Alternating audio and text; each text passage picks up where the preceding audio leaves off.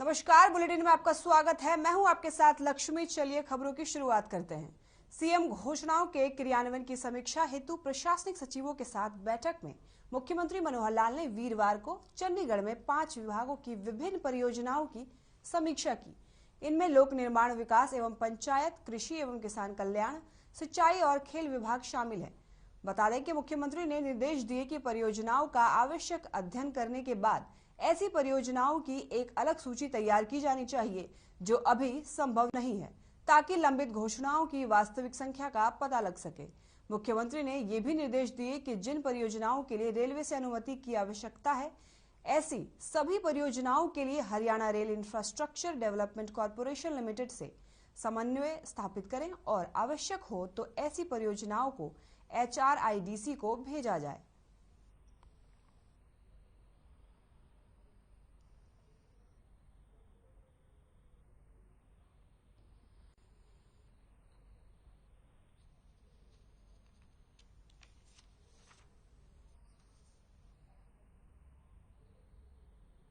संयुक्त किसान मोर्चा हरियाणा ने बैठक की, जिसमें एसकेएम ने सरकार पर वादा खिलाफी का आरोप लगाया। आपको बताते चलें कि आरोप लगाते हुए उन्होंने फैसला लिया कि 31 जनवरी से प्रदेश में और जिला में और ब्लॉक स्तर पर धरना प्रदर्शन किया जाएगा। आप देखिए ये रिपोर्ट। अब ये विधान समिति के जो भी सिस्टम है इसको चलाओ कैसे? बाकी यहाँ सारे ऊपर तक जाए, गाँव में जाए, एक गाँव में जाए, दूसरे में जाए, वो भी गाँव में रिकवर करेगा। किसान एक बार फिर से आंदोलन की राह पर हैं। किसानों का आरोप है कि आंदोलन को खत्म हुए 1 महीने से ज्यादा का समय हो चुका है, लेकिन सरकार ने हमारी मांगों पर अमल नहीं किया।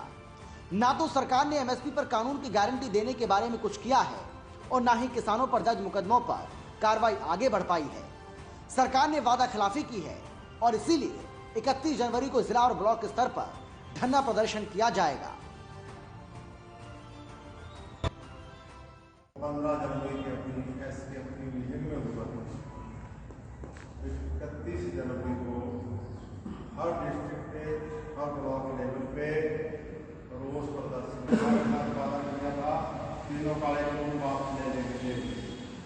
जब तक नहीं लिए गए तब तक नहीं हुए। 29 का फैसला 29 तक चले जाएगा। उसके बाद सरकार ने कहा था हम कमेटी बनाएंगे फसल की नहीं बनाई। उस कमेटी में 5 हमारे एसकेएम से किसान भी लेंगे, जो हम पढ़े लिखे किसानों को साथ जाएंगे कमेटी में शामिल होंगे। सरकार ने इस तरह की कोई कमेटी नहीं बनाई। हमने वहां पर किया भी वादा है।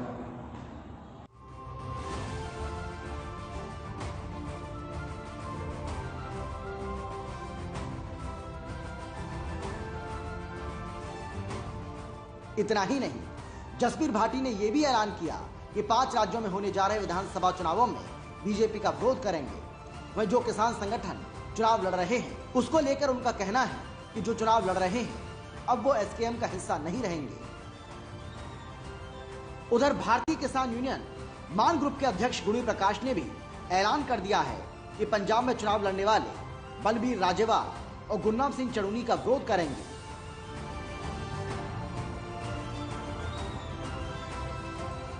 आप मंगलवार में विधानसभा के पंजाब के चुनाव में जाएंगे। 17 सीटों पे और जो 117 सीट है, सारी की सारी सीटों पे लगभग हम जो किसानों की लाशों पे राजनीति करने वाले हैं, अपने आप को राजनीति कहने वाले हैं, गुरनाम सिंह चढ़ूनी और राजेवाल, उन सीटों पर उनका डट के विरोध करेंगे, क्योंकि वो किसानों को गुमराह करके किसानों की 750 किसानों की हत्या के दोषी हैं। इसलिए हम किसानों को कहेंगे कि इनका मसला शुरू से ही राजनीतिक था और उसका हम जोरदार विरोध करने के लिए पूरी हमारी पंजाब की टीम भी है, हमारे साथी भी हैं। गुणी प्रकाश ने कहा कि इन दोनों ने किसानों के अहम मुद्दों को तिलांजलि देकर राजनीति में कदम रखा। इससे ये साबित होता है कि इनका किसानों और उनके मुद्दों से कोई वास्ता नहीं है। क्योंकि किसान मुद्दे को छोड़कर अब ये विधानसभा और लोकसभा में जा रहे हैं, इनका डटकर विरोध करें, हम आपके साथ हैं। जाहिर है 1 महीने से ज्यादा समय से शांत किसान एक बार फिर से आंदोलन की राह पकड़ते दिखाई दे रहे हैं। हालांकि हरियाणा सरकार भरोसा दे चुकी है कि वो किसानों और उनके मुद्दों को लेकर गंभीर है, लेकिन किसान अब वादा खिलाफी का आरोप लगाकर फिर से सड़क पर उतरने की तैयारी कर रहे हैं। ऐसे में सरकार की रणनीति क्या होगी और कैसे सरकार इससे निपटेगी, ये देखने वाली बात होगी। ब्यूरो रिपोर्ट, हर खबर। पंचकुला नगर निगम कार्यालय का विधानसभा अध्यक्ष ज्ञानचंद गुप्ता ने औचक निरीक्षण किया। इस दौरान निगम कमिश्नर अपने कार्यालय से नदारद रहे, जिसे लेकर ज्ञानचंद गुप्ता अधिकारियों से भी जवाब मांगा कि आखिर निगम कमिश्नर अपने कार्यालय में मौजूद क्यों नहीं है। कार्यालय में रेवेन्यू को लेकर जांच की गई। पंचकुला निगम क्षेत्र में 6 मोबाइल कंपनियों के टावर लगे हुए हैं। इन कंपनियों ने पिछले करीब 6 साल से पैसे जमा नहीं किए हैं। हालांकि कुलभूषण गोयल के मेयर बनने के बाद कुछ रिकवर हुए हैं। स्पीकर ज्ञानचंद गुप्ता ने बताया कि निगम क्षेत्र में जो इंटरनेट की लाइनें डली हुई हैं, उनका कोई रिकॉर्ड पूरी तरह से उपलब्ध ही नहीं है। कंपनियों की कई फाइलें गायब भी हैं।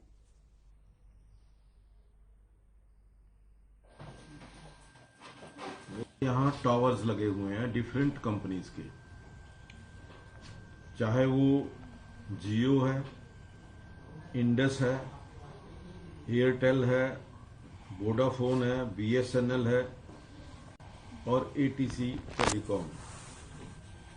ये 6 कंपनियों के टावर लगे हुए हैं, लेकिन 5-5 साल से जो टावर लगे हुए हैं, उन्होंने जो नगर निगम की फीस थी, जो नगर निगम के चार्जेस थे, वो पिछले साल तक कोई पैसा जमा नहीं कराया। मुझे बड़ी हैरानी है कि यहाँ टोटल 318 टावर हैं जो शहर के अंदर लगे हुए हैं,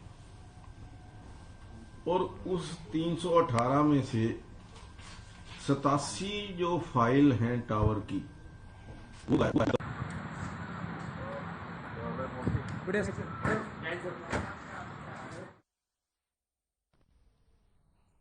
फरीदाबाद से विधायक नीरज शर्मा का बयान सामने आया है। नीरज शर्मा ने कहा है कि सरकार जानबूझकर फरीदाबाद और गुरुग्राम को लूटने का कर रही है और सरकार की आंखों के आगे जनता को लूटा जा रहा है, फिर भी सरकार मौन धारण किए बैठी है।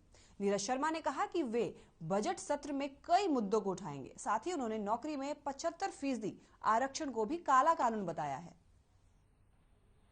अंदर एक तो सबसे पहले हम अपने इलाके के विकास कार्यों की बात करेंगे, उसके बाद दूसरा जो सबसे बड़ा मुद्दा है आज की तारीख में, और ये मैं पिछले काफी समय से उठाता भी आ रहा हूं, खास तौर से जो डीएचबीएन का उपभोक्ता है, उसके संग सरकार बहुत अत्याचार कर रही है। या दूसरे शब्दों में कहो कि मेरा पड़ोसी बिजली चोरी कर रहा है और उसके बिल का भुगतान मैं भर रहा हूं, जो कि गलत है। कि डीएचबीएन के उपभोक्ता के ऊपर इतना ज्यादा सरकार बोझ क्यों डाल रही है। अगर जो आप स्थानीय लोगों को रोजगार दे रहे हैं तो सरकार ईएसआई देगी, पीएफ देगी, प्रमोट करेगी, और 75 नहीं साहब 100% करो। नीरज शर्मा उसके साथ है, परंतु इस कानून के अंदर जो सरकार एक काला कानून लेके आई है, खासतौर से गुड़गांव, फरीदाबाद, रेवाड़ी, दारूएड़ा, पानीपत, अंबाला, सोनीपत, पंचकुला, जमुनानगर, यहाँ के बच्चों के साथ बहुत बड़ा इस सरकार ने, मैं तो कहूंगा, बच्चों का भविष्य कत्ल कर दिया। आज फैक्ट्री तो लगेगी फरीदाबाद में, जमीन जाएगी फरीदाबाद के किसान की, ट्रैफिक जाम होगा फरीदाबाद का होगा, पोल्यूशन झेलेगा फरीदाबाद का आदमी झेलेगा, कैंसर होगा फरीदाबाद के आदमी को होगा, परंतु फरीदाबाद के बच्चे को नौकरी नहीं मिलेगी। जो ये इन्होंने 75% नौकरी के अंदर 10% की कैप लगाई है, ये बहुत बड़ा काला कानून है।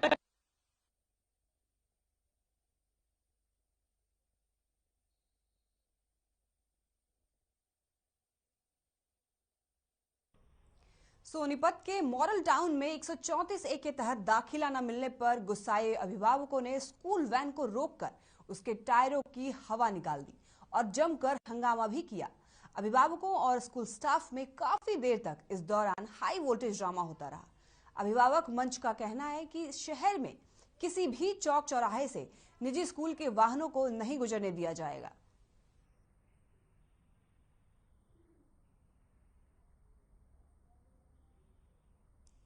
सोनीपत के मॉडल टाउन में 134 ए के तहत दाखिला न मिलने पर अभिभावकों में बहुत ही गुस्सा है और गुस्साए अभिभावकों ने स्कूल वैन को रोककर उसके टायरों की हवा निकाल दी और जमकर हंगामा भी किया। अभिभावकों और स्कूल स्टाफ में काफी देर तक इस दौरान हाई वोल्टेज ड्रामा होता रहा। आप टीवी स्क्रीन पर देख सकते हैं किस तरह से इन दोनों में नोकझोंक हो रही है। अभिभावक मंच का कहना है कि शहर के किसी भी चौक चौराहे से निजी स्कूल के वाहनों को नहीं गुजरने दिया जाएगा।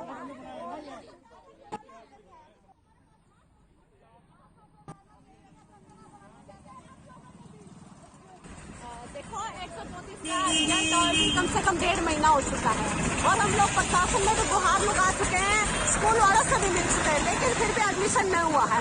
तो आज अभिभावकों ने और छात्र अभिभावक संघ ने गुस्से में आके कुछ स्कूलों की गाड़ियों को पंचर किया है और हम प्रशासन को भी एक चेतावनी दे रहे हैं कि प्रशासन जब एडमिशन नहीं कराता है, सरकार नाकाम हो चुकी है, तो हम अब शहर में किसी भी स्कूल की बसें नहीं चलने देंगे। ये छात्र अभिभावक संघ की तरफ से मेरी वार्निंग है सभी स्कूल वालों को भी और प्रशासन को भी।